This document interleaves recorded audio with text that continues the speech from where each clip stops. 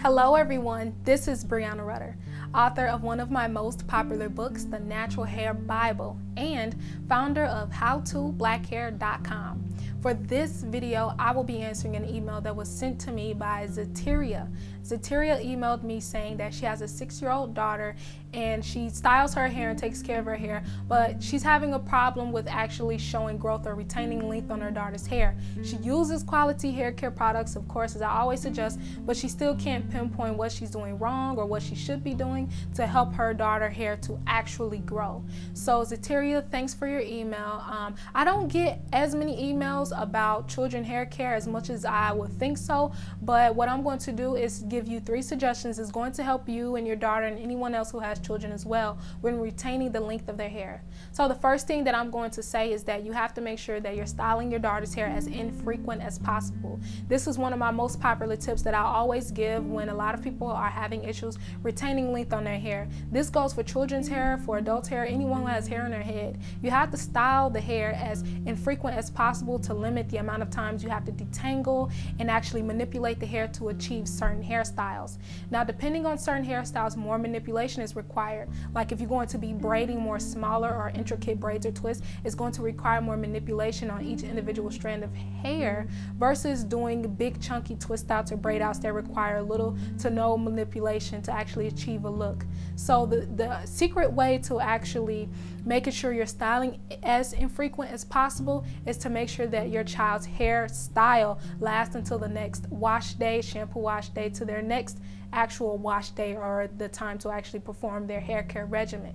So if you typically like to wash your daughter's hair once a week, twice a week, or every 2 weeks or every 3 weeks, then make sure that you opt for a style that can last until that time. So that way you only are combing through, braiding, or manipulating her hair once.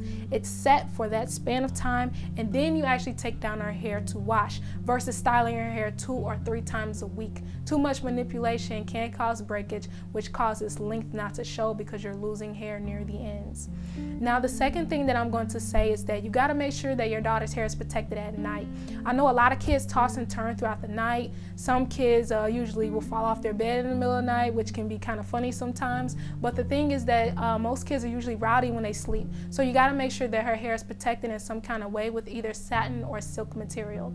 Now, silk material is usually a little bit more pricey than satin material, but both qualities are usually pretty identical. But if you want to go with the superb quality that offers the most slip and protection on her hair, I would suggest that you buy silk material to protect her hair. Now, you can do this 3 ways, usually 3 very popular ways, which is 1, covering her pillow with a silk pillowcase, 2, covering her hair with a silk bonnet, or 3, covering her hair with a silk scarf. Now, depending on how wild of a sleeper she is, I would suggest that you just go ahead and buy a silk pillowcase, so that way as she's tossing and turning and moving around, the friction from the silk is not there. Silk offers superb protection because it stops the friction. It doesn't promote any friction on her hair, which will actually stop her hair from getting knotted and tangled because of her sleeping.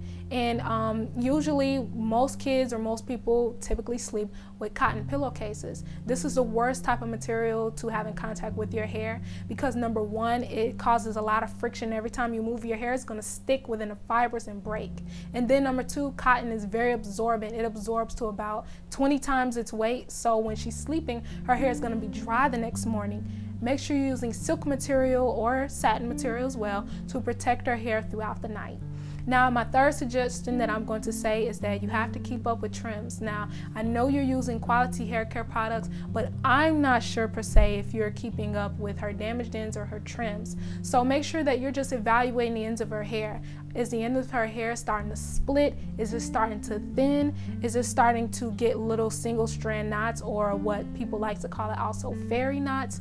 Are you noticing that her ends are very coarse and dry no matter how much you actually moisturize it? These are a lot of indications that can suggest that she has just minimal damage on her ends, and you have to keep the damage trimmed away because in order to actually see her hair grow, you have to stop the ends from breaking. So these are all of my tips that I have for you and your 6 6-year-old daughter, a lot of these tips as well. Actually, all of these tips can help you with your hair if you feel like you're having problems growing your hair as well.